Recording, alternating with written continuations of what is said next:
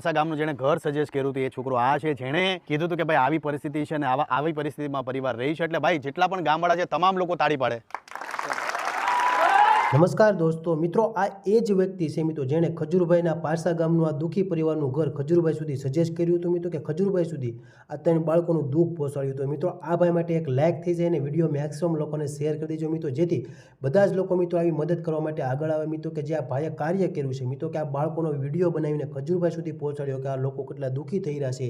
પિતાનું અવસાન થઈ ગયું છે, માતા એક છે ને 3 બાળકોની જવાબદારી માતા ઉપર આવી ગઈ છે.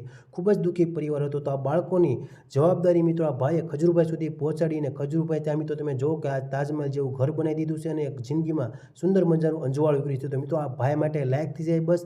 તો તમને પણ મિત્રો એ જ કહેવા માગું છું વિડીયોના માધ્યમથી, કે તમારી આજુબાજુમાં જે પણ આવા જરૂરિયાતમંદ લોકો હોય તેનો વિડીયો બનાવો, ખજૂરભાઈ સુધી પહોંચાડો, કે એવા લોકો સુધી પહોંચાડો જે સેવા કરવા માટે સક્ષમ હોય. મિત્રો આજે જો આ ભાઈએ આ કાર્ય ના કર્યું હતું તો 3 બાળકોને જીવનની મિત્રો સપના અધૂરા રહી જાય, કેમ કે બાળકો ભણવામાં પણ એટલા બધા હોશિયાર છે. તો મિત્રો તમે પણ આવું કાર્ય કરો, જે આ પણ એક સેવાનું કાર્ય છે. મિત્રો તમે સેવા નથી કરી શકતા તો એવા લોકો સુધી પહોંચાડો જે લોકો સેવા કરી શકે છે અને જિંદગી નવી આપી શકે છે. તો મિત્રો આજે પારસા ગામમાં ઘર બનીને તૈયાર થઈ ગયું છે, એ પણ એક ખુશીની વાત છે. અને આ ભાઈ માટે પણ એક લાયક થઈ જાય મિત્રો. આ ભાઈને લાખ લાખ વંદન છે મિત્રો, જેને આવો સારો વિચાર આવ્યો અને મિત્રો ખજૂરભાઈ સુધી આ મકાન પહોંચાડ્યું અને બાળકોમાં એક નવી જિંદગી આપી. તો બસ મિત્રો આજ માટે એટલું જ. વિડીયોને મેક્સિમમ લોકો સુધી શેર કરી દેજો, તેથી આખા ગુજરાતના તમામ લોકોને મિત્રો સંદેશ મળી રહે કે નહીં, આ રીતે પણ કાર્ય કરવાથી લોકોની જિંદગી બદલી શકે. તો મિત્રો તમે પણ રાહ કશેની જવો છો, તમારી આજુબાજુમાં જે પણ જરૂરિયાતમંદ લોકો હોય તેના મિત્રો મેસેજ આવા લોકો સુધી પહોંચાડો જે મદદ કરી શકે.